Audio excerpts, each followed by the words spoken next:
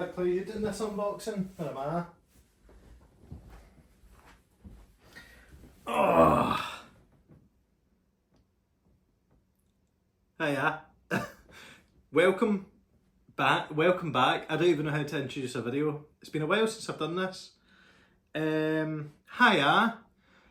This is a new video. The first video I've done in over a year, I think. At least a year. Yeah, so this is going to be a bit of a hopefully short video. It probably won't be short knowing what my videos go like, which has been half of the comments on my own videos. Just get on with it, stop talking, start playing. But I'm a talker and I guess I'm doing these videos for myself when I did do them anyway, so that's fine. Anyway, see, I'm already talking and not playing. People have already clicked off. But a few people recently have been commenting on my Marshall video. That's how you do it. With really nice comments, really kind about my playing, my chat, and asking if I was going to do any more videos, which I think is really nice for a video as old as that. I know I've put on a lot of weight since then. Listen, cheese, I'm on a diet now, so this is going to go, promise. But yeah, I thought if I'd done a little video today, as you can see by the title, of an unboxing and initial thoughts, it means I need to do a follow-up with proper tones of what's in here. So, it'll be of no surprise what's in here, for the video title says so.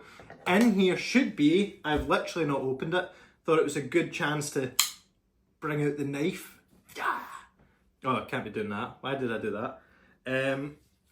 Just going to keep it in, not really planning on editing this too much. Good opportunity to bring out the knife. Yeah, I've not even opened this yet to check if the guitar's damaged, if it's even in here. It's a very light box, I'm sure it's in here. Though there was a bit of delay and a bit of an issue with the delivery, I will say, so I won't say who delivered the guitar, but it should have been here over the weekend. Currently, as of filming, this is Monday. So we're going to open it, but yeah, in here should be a 1983 Squier Strat, 70's reissue Squier, made from Japan, I was about to say. From Japan, made in Japan. So that's what should be in here. I'll explain the story as to why I've bought this, and yeah, let's get a wee look at what you're eating. Sorry, you see my cat at the beginning. What are you licking your lips at?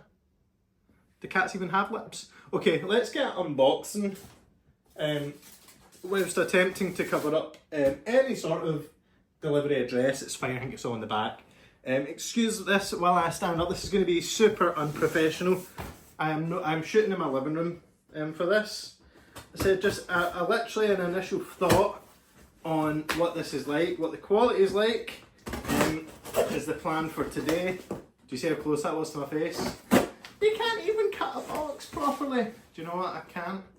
You're right. It's been a while since I've used any sort of unbox. It's a while since I've done any sort of unboxing thing properly. I'm just so excited. I am quite excited, and I'll explain why. I think that's all the cutting we need. Oh well, that's the knife away.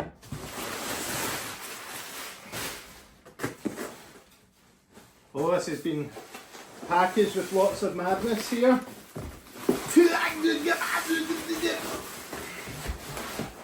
My partner's going to be raging at all this boxing again.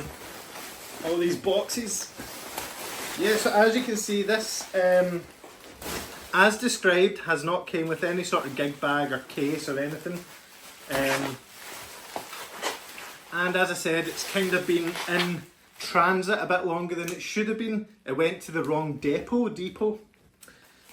So hopefully, knowing that it didn't come with a case, hopefully it's okay. So it's from Guitar,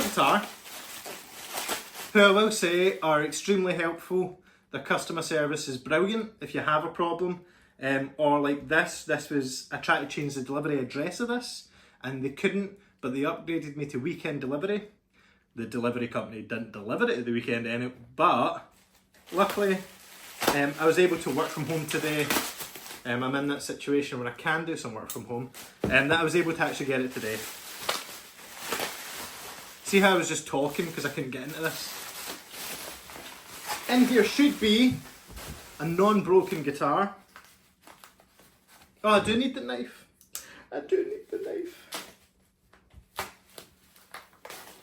Okay. We have whammy. Oh, this looks like a reasonably recent whammy. I'm not sure that quite looks like a 1983 whammy. You like boxes? That's the cat I'm talking to, not you. But in here should be, hopefully, a non-damaged guitar.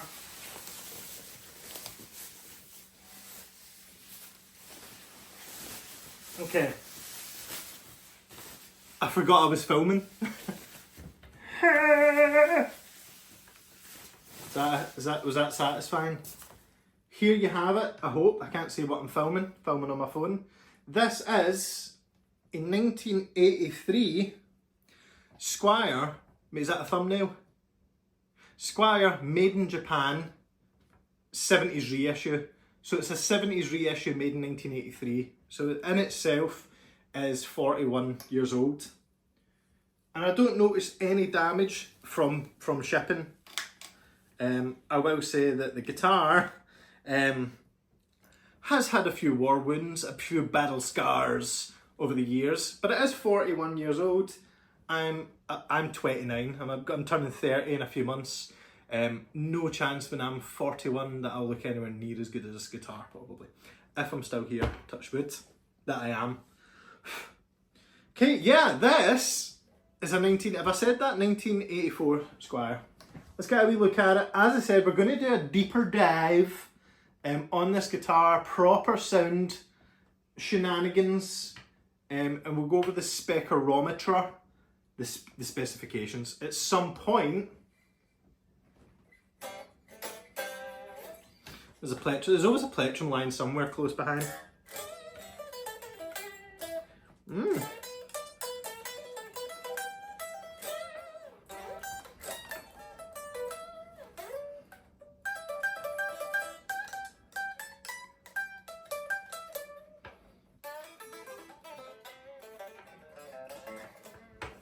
It's almost in tune. I'm sure they restrung it a guitar.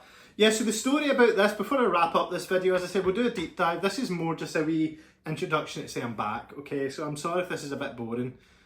Subscribe, please, if you do. I'm going to try and upload a few more. The reason I haven't been uploading is purely because I work full-time and I just don't, funnily enough, people that know me will laugh at this, but I just don't buy enough new gear, like guitars or pedals, to review as like a full-time channel or a regular upload schedule. Or I've just not had anything that I think's interesting enough. I think this is interesting. So, the story behind this, story time. I'll put that in the chapters. Story time. Is that I am a huge fan of U2. Said it. I said it. That's the lightning rod of, I'm a lightning rod of hate. That's the lightning. U2 are probably my favourite band of all time. A big old chip right there. Don't know if that was advertised. See that big old chip? Chips and curry sauce. Yeah, so U2 is probably my favourite band of all time. Especially 80s, 90s U2. Oh, incredible. So, in the 80s, people may know from like War onwards, maybe before that, the Edge used a 70's Strat. Not dissimilar to the way this one looks. Of course, the Edge's was a Fender, an American Fender standard, whatever, Strat.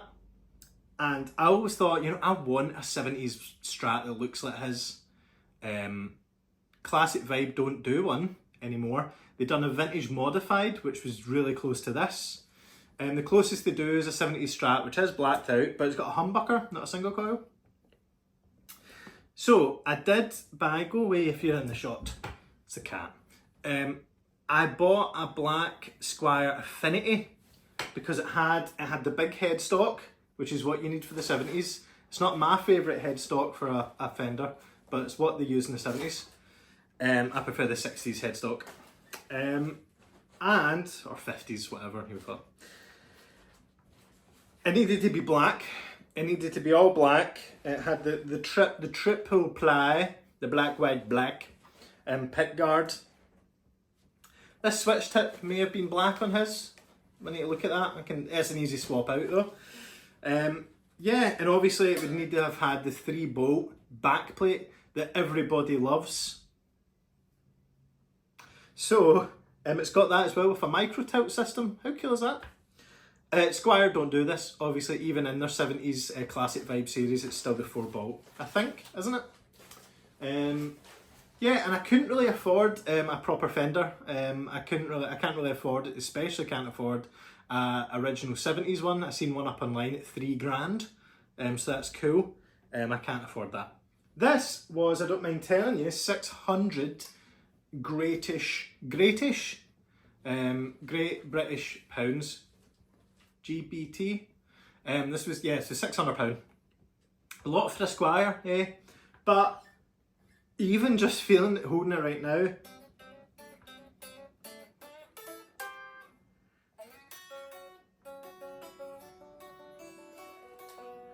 a little bit out of tune. This feels better than any Squier I've played in recent years. So yeah, I owned an Affinity Squier, and someone had Gilmore modded it, so it had the cream, kind of white cream, you know, pickups, and it was very Gilmore, and I swapped out the colours, and I made it look as close to this as possible, but it had the non-finished neck on it, you know, the satin neck, it had the satin headstock, and, you know, non-glossy fingerboard, and it just really wasn't hitting it. Right. And then this came up on Guitar pre-owned, obviously, and I was like, one, it's far closer to the real thing. It's as close as I'll probably get unless I win the lottery. Two, so yeah, proper 70s reissue, you know, with something rattling inside it. That's good. And three, this came out, and this guitar is from 1983, which is the same year, say it if you're a U2 fan, it's the same year that U2 brought out their big album, War. And on that album, the Edge played this black Strat, not this black Strat, but a black Strat. So that's the plan with this, is just to have it. I'm not a big playing with our toys, excuse the rustling, it's the cat. I'm not a huge fan of Stratocasters, but as a wee passion project to get something similar to the Edge's and kind of famous black Strat, this is it, this will be it. He uses a Reissue FS1 pickup, which I put in the old Affinity, which I'm going to sell just as is. So I think at some point I'll buy another one of those pickups and put it in here. Obviously I've not even checked this works yet, but we'll do that next time. I'm probably just going to have a wee play around with it, a wee tune up, and see what it's like. But yeah, thanks for watching. I know this wasn't very entertaining, unless you enjoy listening to a Scottish guy chat a wee while about U2 that people hate. And not playing the guitar at all plugged in, which people also hate. So it's a good video for people that hate things like that. But yeah, I'll do a few wee close-up. In fact, is this closing up? As I said, I can't see what I'm filming, so if this is all rubbish, I'm sorry, but it's going up as is. I'm not going to cut this video at all. But yeah, this will get a wee deep dive soon. As I said, the quality already, just holding it, you know, you can just feel the quality of guitar holding it. The fret ends are great. In fact, they're excellent. It did say on their website at some point, they rate their body and the neck of a guitar, and they rated the body 2, which I guess is due to this massive scratch right here. But I don't really care about that, especially, and obviously a huge chip here. Like, the guitar's 40 plus years old. Like, are you really worrying that much about what a guitar's condition's like? Come on, it's been played. And they gave the neck a 3 out of 5, body 2, neck 3, and said that although